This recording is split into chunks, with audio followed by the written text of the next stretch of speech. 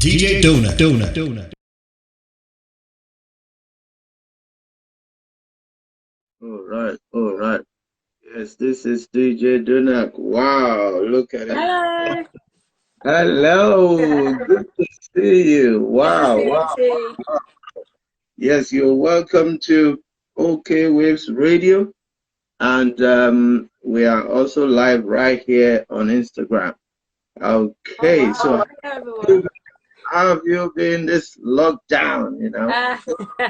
I've been well, thank God. It's been an interesting journey. Well, I've been well. Yeah. Really, really, that's fantastic. Mm. Fantastic. Yeah, I believe you've got your guitar handy there. Oh yes, Just, always. just do something. Let's draw the people in. Let's draw them in. Just Ooh, okay. yeah. What should I do? What would you like me to do? Any of your repertoire or anything you feel like that you think is gonna. Ah. Okay. Okay. We can do with it. Okay. Yeah. I love it. I love it. I love it. Thank you. Yeah. Okay.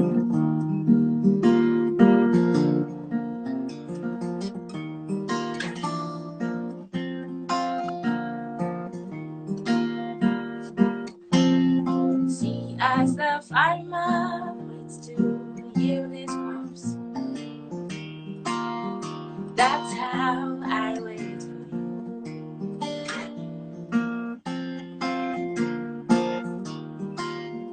That's how it is. But in the meantime, there's much work to do. Oh, pull out all the way. Yeah, that's how I wait. So we fit. Yes, we'll grow. We won't quit. Oh, we fit. Yes, we'll grow. We won't quit. I know you're not searching for a finished work. You say, come as I am. Whoa, I enter in with arms open wide. You let me in, no cost, yeah. You've paid the price for me. Ooh, I enter in, so we fit. Yes, we'll grow.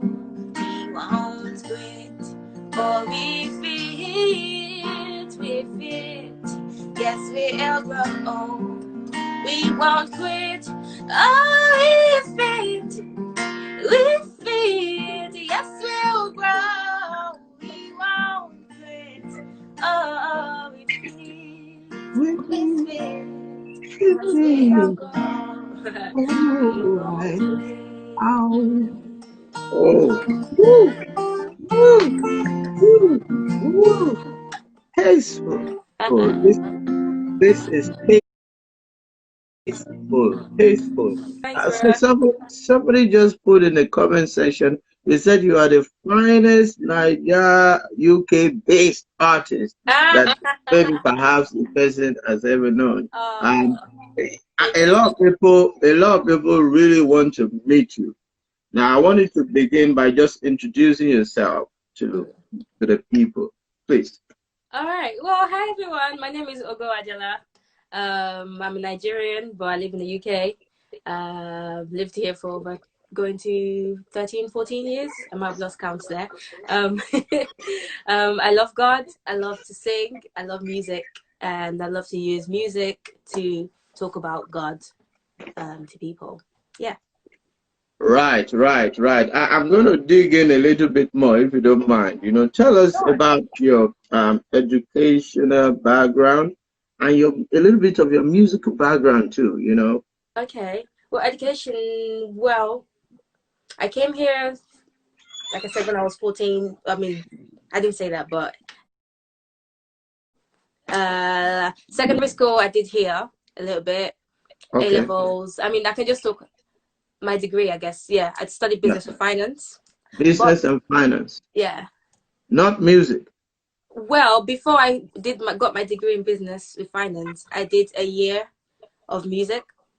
Oh, okay. Okay. I had to take a gap year. So I decided to study music in that gap Okay. year. As a performance. Yeah, music performance, music Wow. theory, music singing. Interesting. Yeah, Interesting. Right. yeah. Yeah. I think that's me. Yeah, I Mm. graduated 3 years ago, but I've always done music, so I've not really used the degree yet. Wow, wow, wow, wow. Wow, this is amazing. This is amazing. Now tell us, how did you arrive at this distinct vocal style, structure? Hmm. Who have you been listening to? I don't think it's because that studied 1 year study. I'm finding it hard to believe. Tell us, Oh, what have you been doing? Tell us. well, um, I don't know. It's a mixture of experience and listening from when I was a child. This week Okay. I was thinking about my roots musically, and I remember posting on my Instagram that my mom used to take me to choir practice. She used Mm, to literally, from when she was pregnant, I would go to church, and every Saturday would be in choir practice, and I always looked forward to it. Um, so it's a mixture of being around singing music from when I was a child. Reminds me of that the verse, from a child you've known the holy scriptures. um but for I mean, it sounds braggy, but that's, I think it starts from there. Also, I was exposed to different kinds of music when I moved to this country. yeah. I joined a band called Four Seasons Band, and Wow.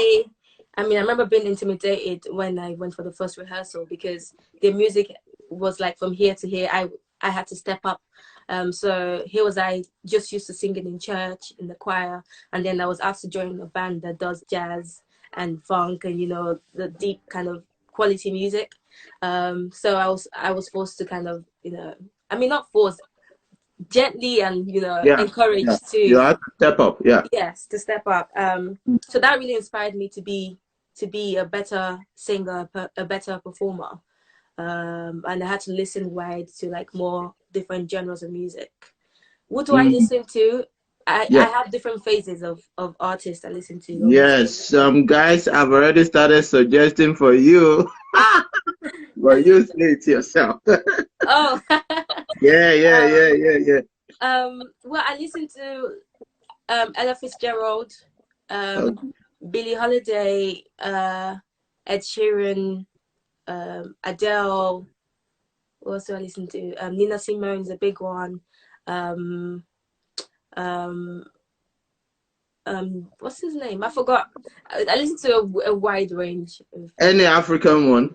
Oh, African. Asha's one. I Oh, need to the bring guy is her up. correct.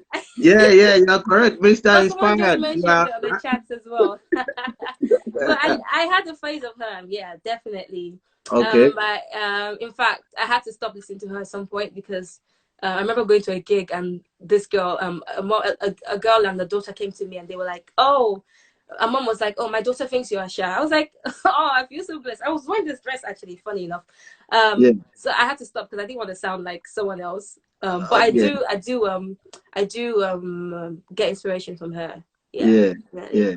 Yeah, Um, yeah. I guess you have some, common grounds, and yeah, the idea about singing really is finding your own distinctiveness, such that they'll say, well, a little bit of this, but she's herself. Wow, yes, wow, this is 100%. really, really inspiring. I believe a lot of young people are going to be inspired by you. Yeah, you said you began from the church. So tell us, how was it in the church doing gospel, and right now that you are in in the music business, as an artist? Mm. Could you be more specific? Yeah, just tell us what your understanding of the gospel is and how it translates into your work. Okay, well, the gospel first and foremost is about Christ. It's about him coming to the world to save man, because he loves He loves us. John 3:16 says, "For God so loved the world that He gave His only begotten Son, that whosoever believes in Him will not perish, but have everlasting life." And Paul kind of this describes that gospel. I think is it Romans 1:16, where it says, "I'm not ashamed of the gospel, for it's the power of God unto salvation." So he explains the gospel is the power of God which saves. So that's I think that's what the gospel is: believing in Him and receiving that eternal life and being saved.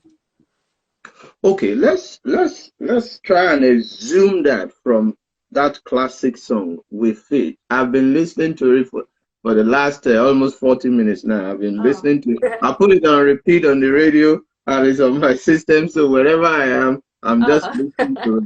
You know, so I wanted to unpack that song for us because you see, it's quite artistic, okay, and creative. So I wanted to unpack it for us in the light of the gospel. What exactly is the message of that song? So the song starts with some kind of search, some kind of wait. To be honest, the first verse I always say was actually a love song. I wrote it as, "Oh, I'm waiting for this person to fall in love. I'm waiting for you." But then in the light of meeting Christ and knowing Him, it was actually, I realized that I was searching and waiting for the love of Christ, to get to know Him, to get to know who I am in Him and who He is to me. So the second verse earns in more on that message where it says, "I know you're not searching for a finished work. You say, 'Come as I am.'" That was when I realized that, okay, God, you know, I'm not perfect, and you don't expect me to be perfect. Because what tends to happen is that people struggle with condemnation, with feeling like I'm not good enough for God, or today God and I are friends, tomorrow, oh, we're not friends, oh, I sinned, I can't talk to God, or before I pray, Father, please forgive me. People find it difficult to approach God based on what they know, or the inconsistencies of what they know. So anyways, I was struggling around that time with, okay, today I can talk to God, tomorrow I'm like, oh man, I don't even want to open my Bible, or I don't even feel like, I don't feel loved, I feel like God is not happy with me. And I know one of the songs in my EP, it starts with, "I know you feel like you let me down today, I know you feel like you're so far away today, don't let that get in the way." That song is called Closer. But anyways, it was around the same period that I wrote these songs. So yeah, I realized that, you know what, Jesus accepts you as you are. He says, "Come to me with all your burdens and I'll give you rest." He's done all the work that needs to be done for us to be saved. We don't need to carry that burden of "Oh, I'm not good enough." We don't need to carry that burden of trying to meet up with what is already done. So yeah, that's what the second verse talks about. "I know you're not searching for a finished work. You say, 'Come as I am,' and you've opened your arms. Your grace is wide open. It's already given. It's available." So all I have to do is just enter into it. I just have to believe, and I know that we fit. Wow. Yeah. Wow. Powerful song indeed. Powerful song and with loaded message. Loaded message. Now, do you still sing in church? Oh yeah. Good. So tell us. Good question. That question is funny because I don't ever see myself not singing in church. Oh, great. I know you do a lot of gigs as well and all stuff like that. And we see a lot of people, they really don't sing in church. They, just prefer to go doing gigs and all of that. Now, but for you who have experience with church songs, tell us, how does it play out? What praise and worship? How do you deal with stuff like that? What is praise and worship? Tell us, how do you do it? Okay, I'll start with your first question. How do Yeah. I feel about praise and worship? Or what do I think about praise and worship? Yeah. I think praise and worship is for us as Christians. Okay. It's not for God. Wow. Say that. Say that. Wait, you see here, I like to slow people down. That we don't just say this in passing. Please run that again. Okay, I think praise and worship is for us as believers, as Christians. It's not for God. So people's mindsets generally, and my past mindset of praise and worship is that, you praise God and blessings come down, or you praise God. You say, "You're God, you're good, you're kind, you're merciful, you're the King of Kings, you're the, you know, all the praises." Is it accolades? Yeah, accolades. Yeah. Accolades, praise singing, aphorism, village. What do you call those village titles? Yeah. Yes. Right. Yeah. So it's a people kind of, you know, bring the manly concept of I give you compliments and you feel better about yourself, so you feel better about me. So if I come and meet you, I'm like, oh, hey bro, you looking so good today. Oh my gosh, did you know your name is Kayode or Marisa or something? Did you know? In fact, your singing is so great and your keyboard playing. But you know, can you just send £50 to my account? And then you'll be like, oh, you know what? Oh yeah. My head is swollen already. I mean, I'm making it quite basic, yeah, right. I'm following you. But even like even as human beings, when someone starts to shower you compliment, you're like, what do you want? Sometimes, you know, it's like, you know, there's an ulterior motive sometimes.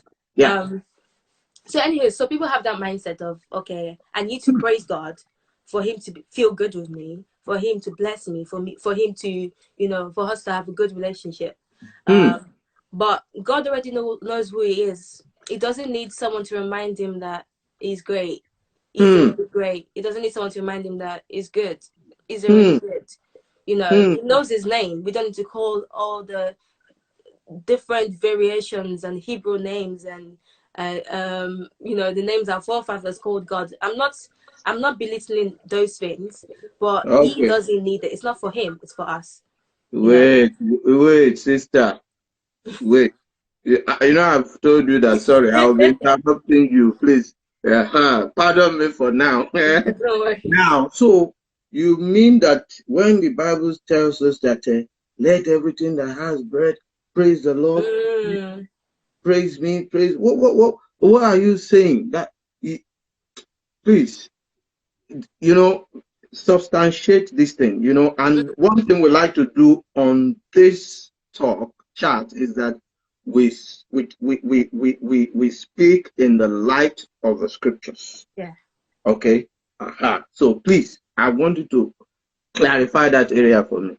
Well, so like I was saying, it's not for God, it's for us. Now, when it comes to what you just mentioned, I'll just talk about that briefly. Let everyone praise the Lord, or, you know, it talks about singing hymns and songs and blessing the Lord and all that. That's where we come in. That's where our faith is stirred up, where there's a reshift from everything that's going on around us to thinking on God, thinking about what he's done. First and foremost, I mean, for me, when I'm praying or singing, the first thing is that I thank you, God, because I am saved. I thank you because I'm loved, I'm chosen, I'm accepted by you. I'm blessed with every spiritual blessings in the heavens. You know, so that in my opinion, when it comes to praises, it comes from what he's done for me, and that stirs up my heart to be joyful, to be glad, you know, to bless the Lord and to sing praises at all times. You know, that's my response in regards to what he's done.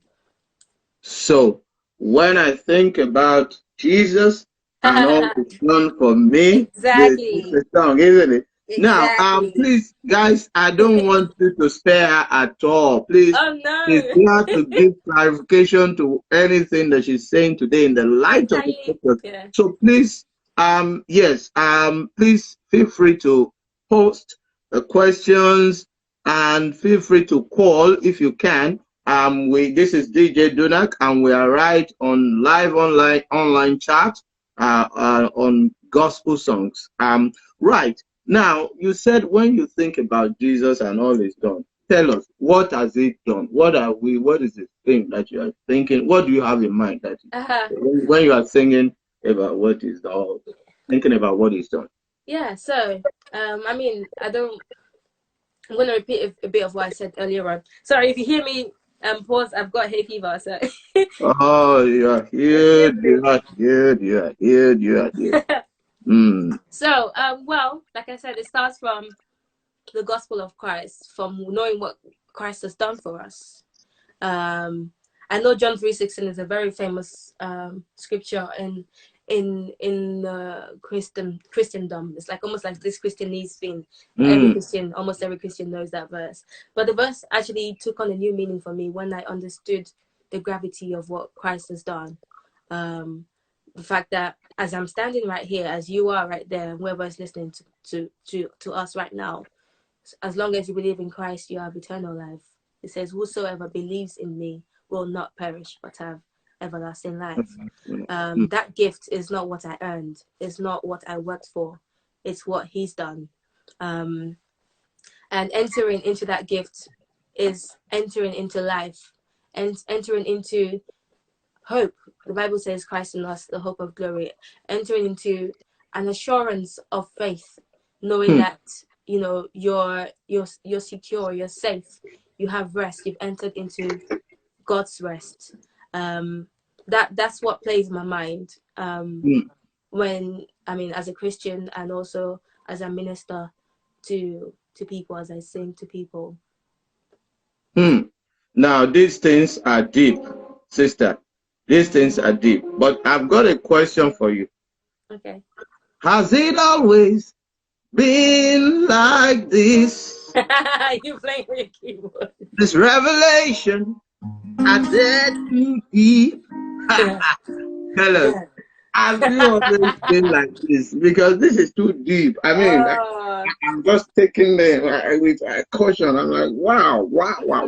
Tell us. I saw you. It definitely hasn't. It definitely hasn't.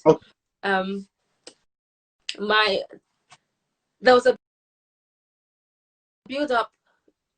I would just start. Okay, 2016. There was a build up from when I was young till 2016, where, like I said, I was always on and off about how God sees me, how I see God.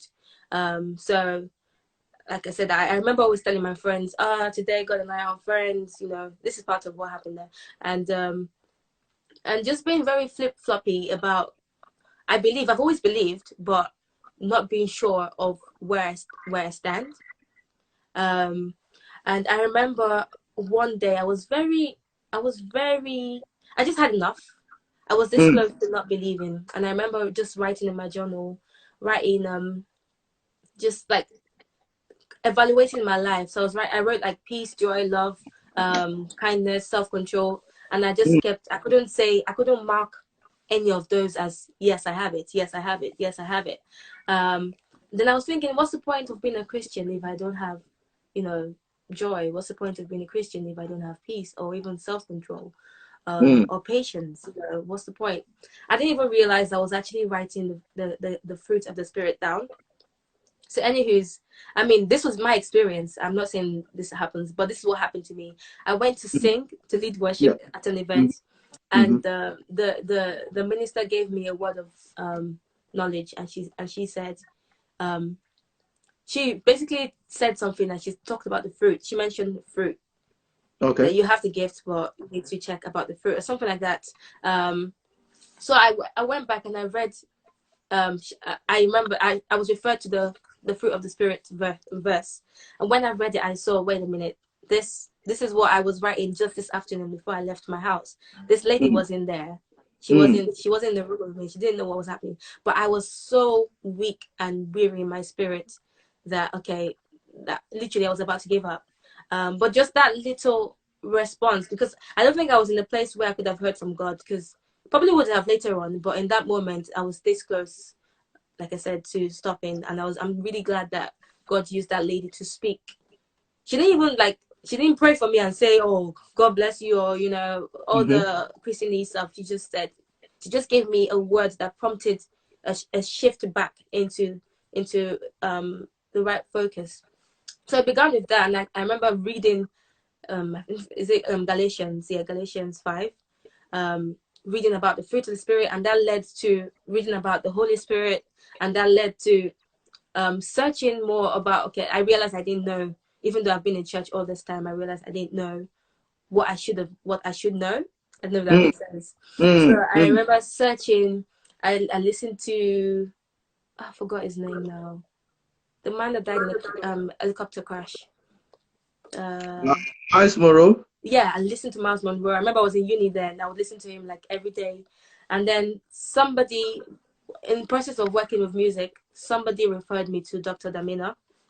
Okay. And I remember we would always have like arrangement sessions or vocal practice, and he would be like, he would be answering all my questions. Literally, God, I don't know how it happened. I was surrounded with people that would kind of point me into a place where I needed some more light into.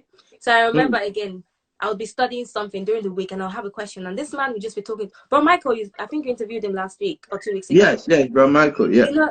And so there was a point I brought out my notes. I was like, I'm not even kidding you. This, I wrote it down like 2 days ago. I was thinking about this, So that prompted me to listen to who he was listening to, because it seemed to have some answers for me. So yeah, that prompted me more to listen to Reverend Dr. Damina and learn more about what the grace of God is. Learn more about what Christ has done for me, about his love, learn more about my identity in him. And I think that's very key. So going back to where I started from in 2016, I was lost. I literally didn't know who I was until I found Christ. I found who he made me to be. I found my real identity, who he created me to be as a believer. And that was a turnaround. That was a massive turnaround. Massive turnaround. Yeah. So meaning that before then you had been saved. Yes. But yet you have not come in touch with your real identity in Christ. Yes. So is that what you recommend, or what you refer to as what Christians should know? Yes. Yeah. Okay. So it's like I was walking around with blindfold, and then it's taken off, and I look in the mirror. I'm like, oh, hi, this is me. This is who I am. This is who I should have been relating with, or this is my name. This is who I'm called by. It's like getting to know yourself over again, your true self. So, do you think songs can help in this life, in this regard, helping believers to come in contact with their real identity in Christ Jesus, knowing what he has done for them, who they are, what they can do through him, and stuff like that? Do you think can do that for us? Yes, I'm a strong believer in that, and that's what I do through my music. So linking back to praise and worship. Yeah. As Christians, when it comes to music, we tend to want to listen to praise and worship songs, songs about who God is that we already know. And again, I love songs about who God is. I want that to come across. But what tends to happen is that people are not hearing some of the things they should hear in church in the first place, from their pastors. Because the focus is kind of very generalized into like different aspects of life, about money and prosperity, and all the other business about marriage and all that. So when it actually comes to talking about Christ, it's there's not enough time to do so. So barely do that. So you're not hearing about Christ in church, in the message. You're not hearing about your identity in Christ in songs at the same time. So basically, it's kind of like hit and miss. So you fall into this verse that talks about who you are, but then you forget about it because it's not being repeated over and over again. So with music, and with my kind of music, is the focus is, okay, pause the praise and worship for a second, because we already have loads of that. I'm sorry. I'm saying it as I see it. You want to pause a whole monumental industry.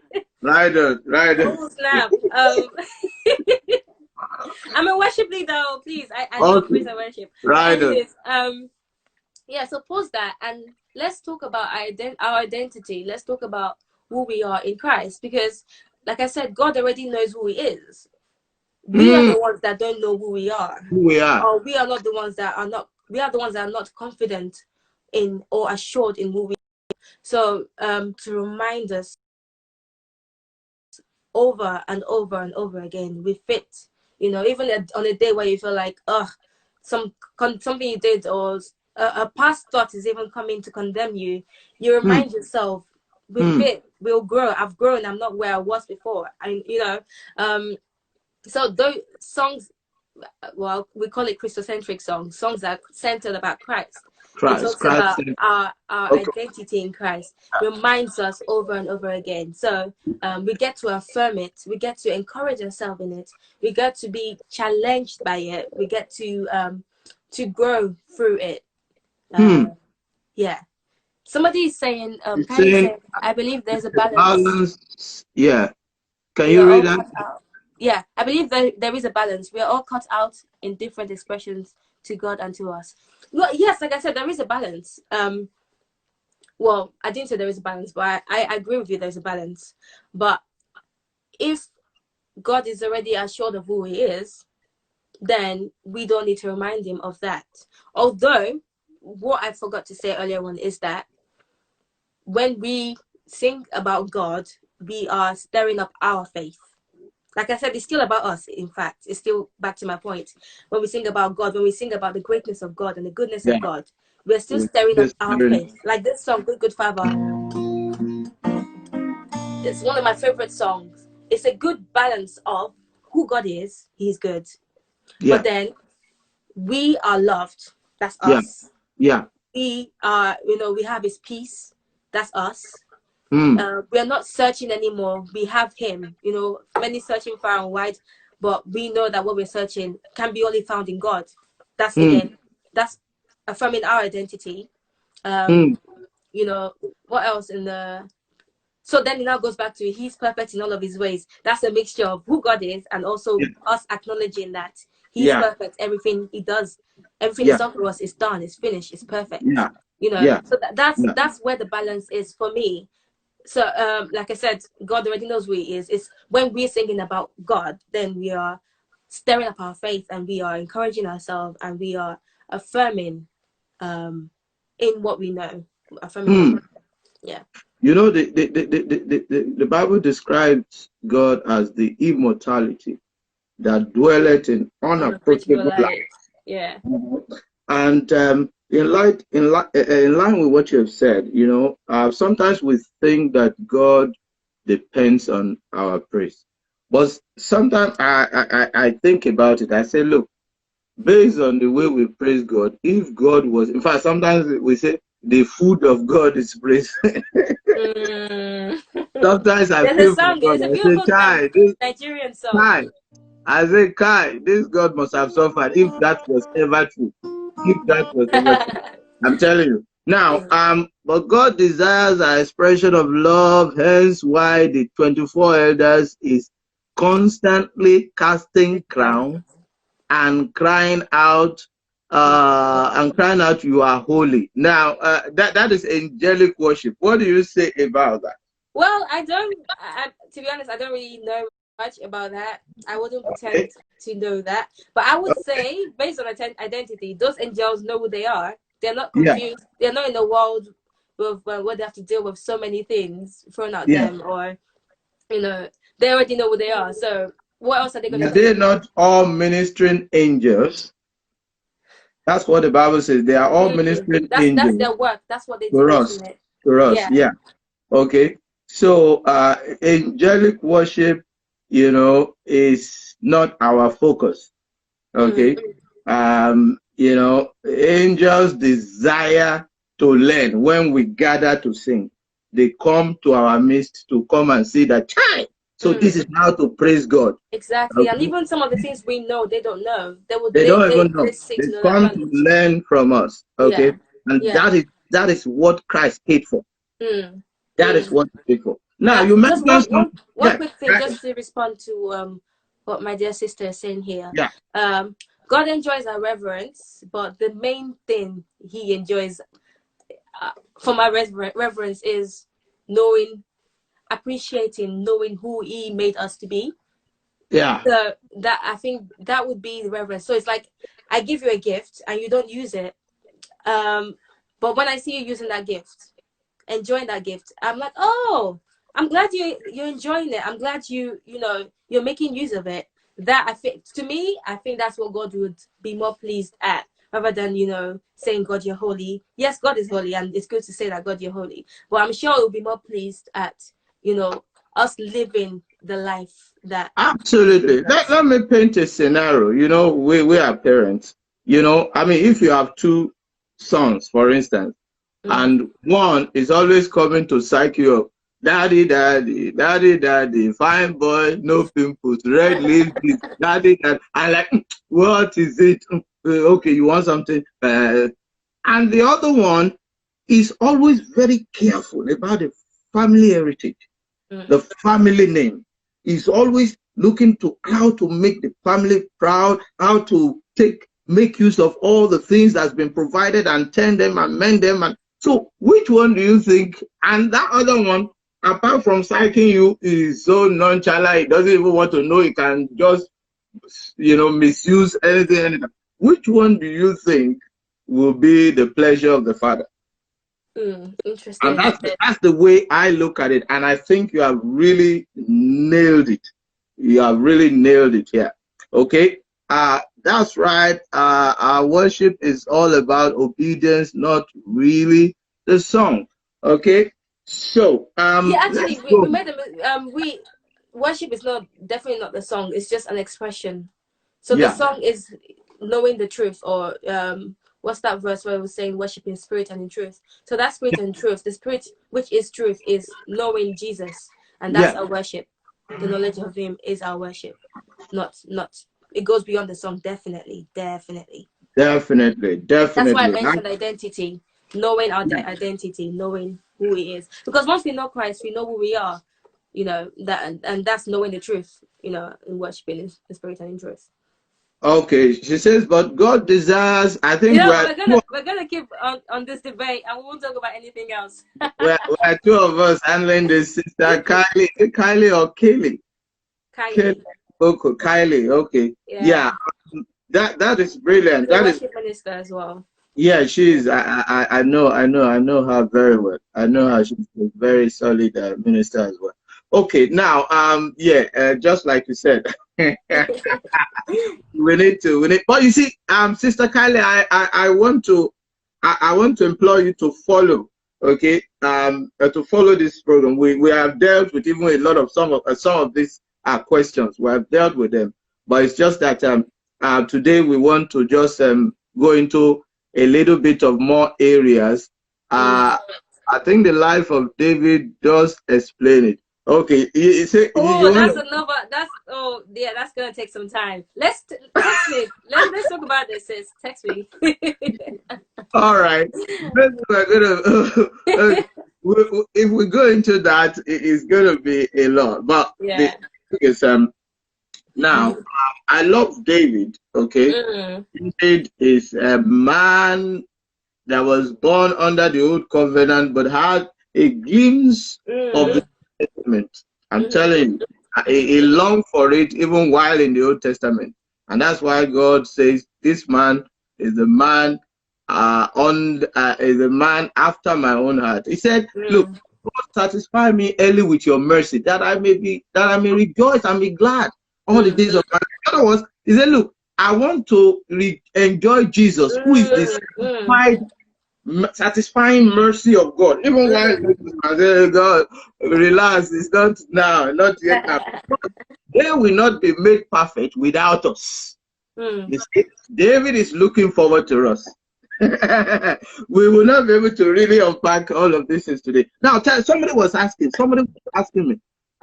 He says, you are pretty. Please make that area clear for us. What's your status now? Are you single? Are you married? Are you because they will start calling me, so I can. Wow, I've never done this on the. Okay, maybe. Yeah, but I could definitely. There's nothing to hide there. Well, I am single, but I am in a relationship.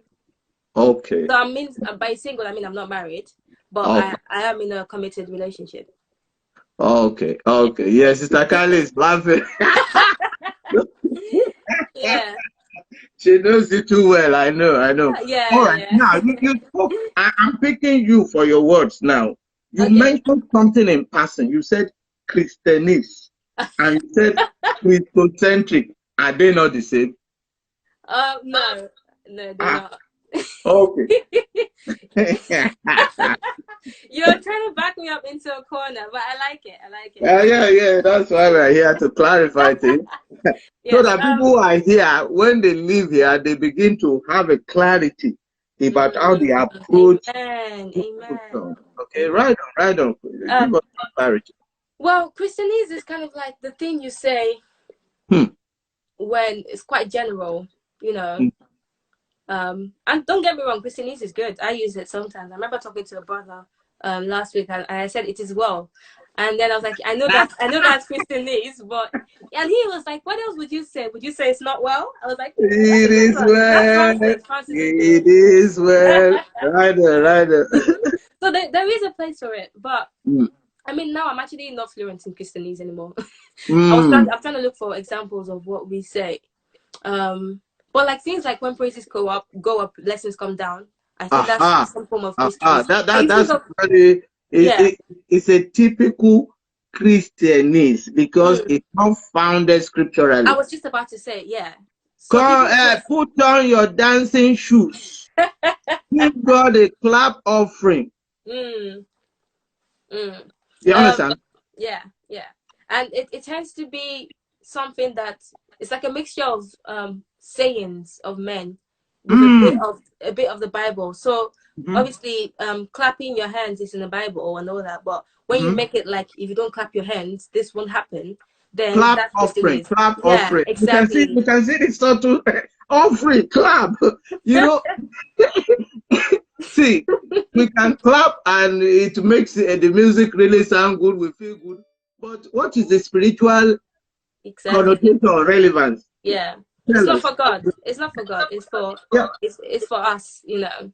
I don't know if anyone can put examples of Christianese, but I can't think someone's saying oh it stems from the African background. Even Americans, people look No, in no, terms of not even only African. It's just yeah. no, no. Yeah. Let's deal with this one. Let's deal with this one. Hallelujah. Now, Oh, right now, I believe that's a typical Christianist. okay. Now we have 30 billion hallelujah. From where? Now we have 100 hallelujahs. Now we have shout hallelujah. Now, Oh, I don't like that song. I'm hallelujah so is stuck by this. that song. Is Hallelujah, yeah, hallelujah, hallelujah, hallelujah, good, hallelujah. I good, never end. good, good. And I remember earlier on this program, we touched on that a little bit.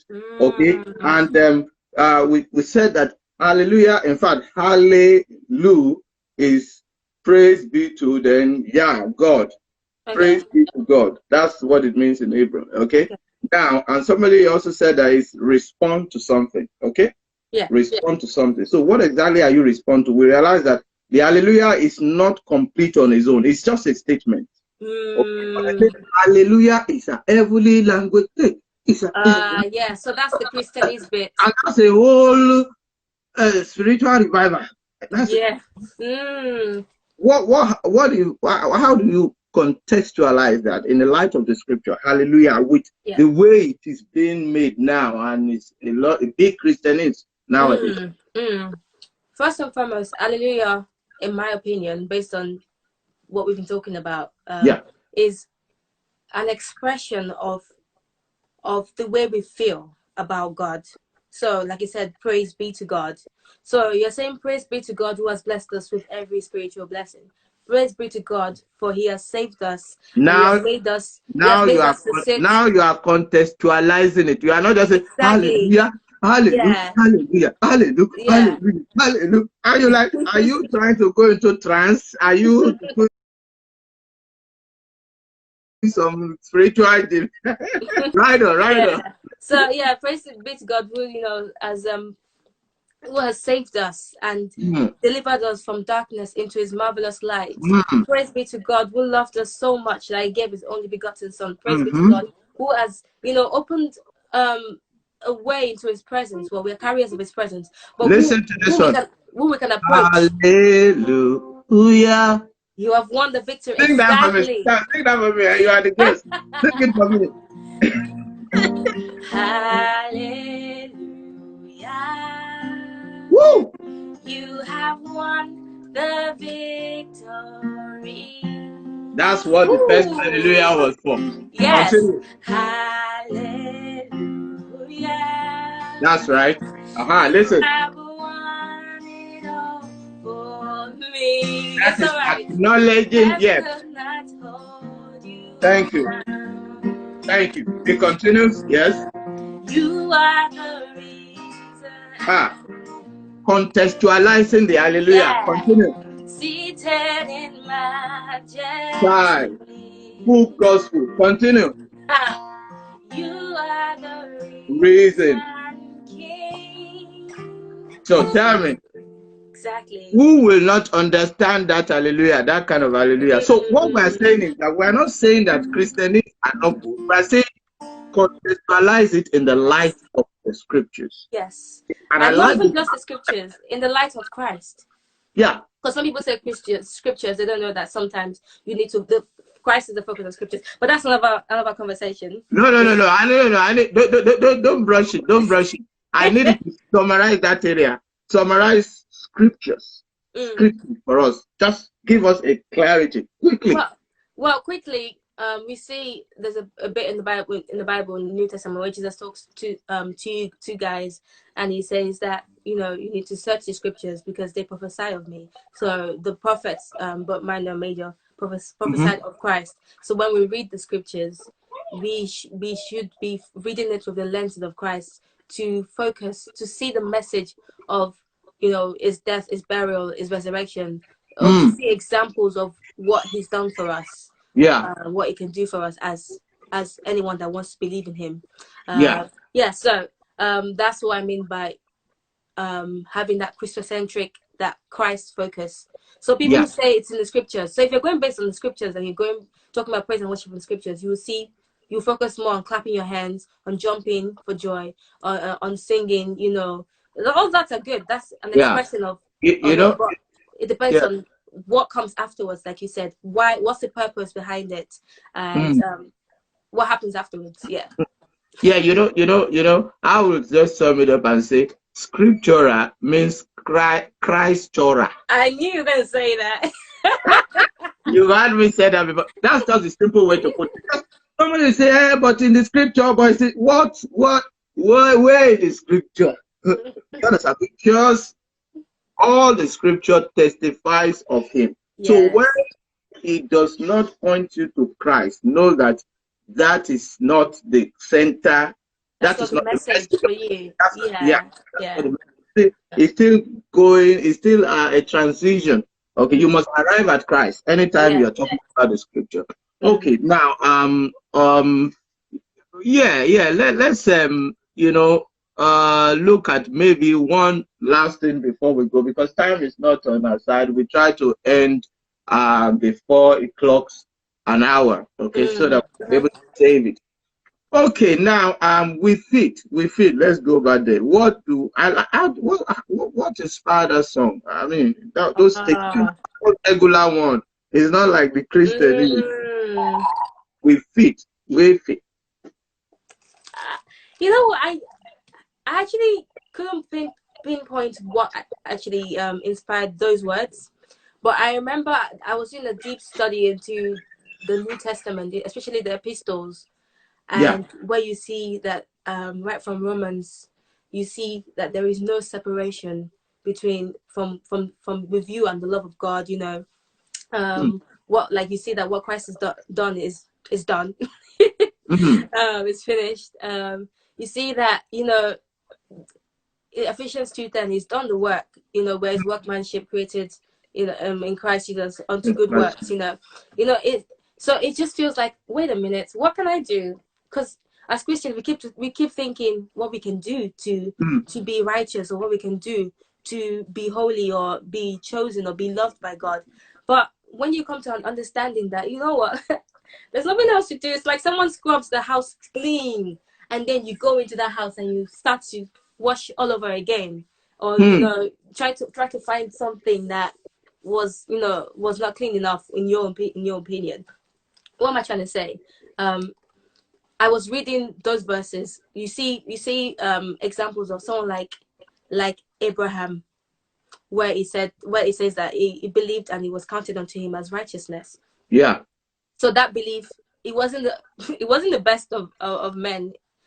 He had big flaws, but God still saw him as righteous. He still fit with God. I think actually, speaking of Abraham, I think I was reading another version, or maybe the Message Bible, where it says Abraham fit or something like that. I don't know. I wish I could find out. I have my songwriting book. I have my songwriting book. I'll go back to it, because usually when I write, I need to get back to it. Usually when I write the verses that I've been reading before then. So let's say on the page, if I write with it, I will put like Romans 8:32, or I'll put all the verses that I've read. Sometimes I even bookmark it on my Bible app to and save it as the name of the song. I need to get back to it. Yeah. Next time. I see an interesting question here. Tell us, what are the challenges now, singing and, in this light, in this, what the challenges are plenty. Let me use Nigerian language. There are plenty. There are plenty. It's a lot because, as I'm gonna be real here. I mean, I've been real all this time, to be honest. I'm gonna even go deeper. As a worship leader, I struggle. I struggle to sing. So as a worship leader, there's two parts of me. I'm a like I said, worship leader, minister, a Christian artist. I'm also a performer, a musician. And a performer, a musician will always seek to find out what people want to know, what people want to sing, what's a popular song, or what would make people excited to listen. So that bit somehow merges with me as a worship leader, or a Christian artist, or gospel artist, whatever you want to call it. So when it comes to what I know, I find myself most times singing to people that are expecting praise and worship. People that expecting, God, you're good, God, you're great, God, you're mighty, God, you're this, God, you're that. But I'm thinking, well, that's great, that's good, but why not also add who we are? Why not also add what he's done for us? So that's why I struggle. So, and also there are some songs that contextually doesn't apply to us as believers anymore. Wow. So if you look, like we said, we always look with the lenses of Jesus. Look at what he's done, like who he's made us to be. If we're singing a song that takes away from us rather than adding to us, like I said, the reason why we sing this song is to affirm who we are, is to encourage who we are, is to say it over and over again until it sinks in, until it becomes our whole being, our whole existence. But yeah, so the struggle is that people sometimes they feel probably bored, or it takes a while to sing. I can't think of a song, but some songs, because of the Christianese way, makes people feel like it's anointed. It makes people feel like, oh my gosh, they can connect. Although I don't believe that as a worship leader you're connecting people. You're just reminding people of focusing people. But it makes. I mean, I'm trying to. There's so many ideas here. I'm trying to cram into one. See, some people they have PhD in this thing that you are saying. They can connect you, rap, carry on the phone, make you to do press up, and you forget yourself. But you know what happens after that? But anyways, that's like I said, that's a bit of mixture of performance, and anyone can do that, to be honest. If you know the right thing to say, if you say, "Oh, God makes a way for you," He will make a way for you. He's the way. People will be like, "Yes, exactly." You can play the and the African one is corrosive. They go on and are you like that? What are you saying? Yeah, so exactly. So when you're singing, so it's you have to stay focused on what I'm called to do. I have to remember not to. I mean, I fallen into that trap years ago of, let's say, the praise and worship wasn't going so well, and I wanted to sing a song that people love, but it's not a song that I believe. Or it's not a song that I wholeheartedly. We run out of time. It's not a song that I want to sing. I feel like it takes away from me. But then I remember I sang it, and the moment I was singing, I knew that wasn't right. And my Yeah. brother Francis, he was like, "Yeah, you should have sang that song." I was like, "Yes." Yeah. Yeah. But so you have to stay away from that people pleasing, from the songs that people want to hear, They to want- the songs that you feel like they should know, the songs that you know that has made a difference in your life and adds to you as a believer, rather Yeah. than, you know, just songs singing for singing's sake. Because what That happens when people get makes hurt? you less of who you are. It makes you look like you are from a distance, looking at a God Exactly. that you are Like, not sure whether yeah, or not yeah. whether. Like, I just want to be where you are. I just want to be where you are. Yeah. We're already where Christ is. He dwells in It. us. We're carriers of Christ. We're carriers of His Spirit. You know. Hmm. So songs like that take away from us. Oh dear. So Oh dear. if you want to sing, Thank you so very much. Don't worry. I'm gonna bring you back. I'm gonna bring you back. I'm gonna bring you back. But we really have to go now. okay. We Fit is available on all platforms. It's also available for free download. Hi, hope you're well. My name is Ogo Ajala, and this is We Fit. Please check it out on Spotify, on iTunes, and Amazon. And please follow and like on YouTube and all those places I mentioned. Your support is very much appreciated, and I'm sure the music will bless you as well. That's the reason why I do this. So here we go. We Fit.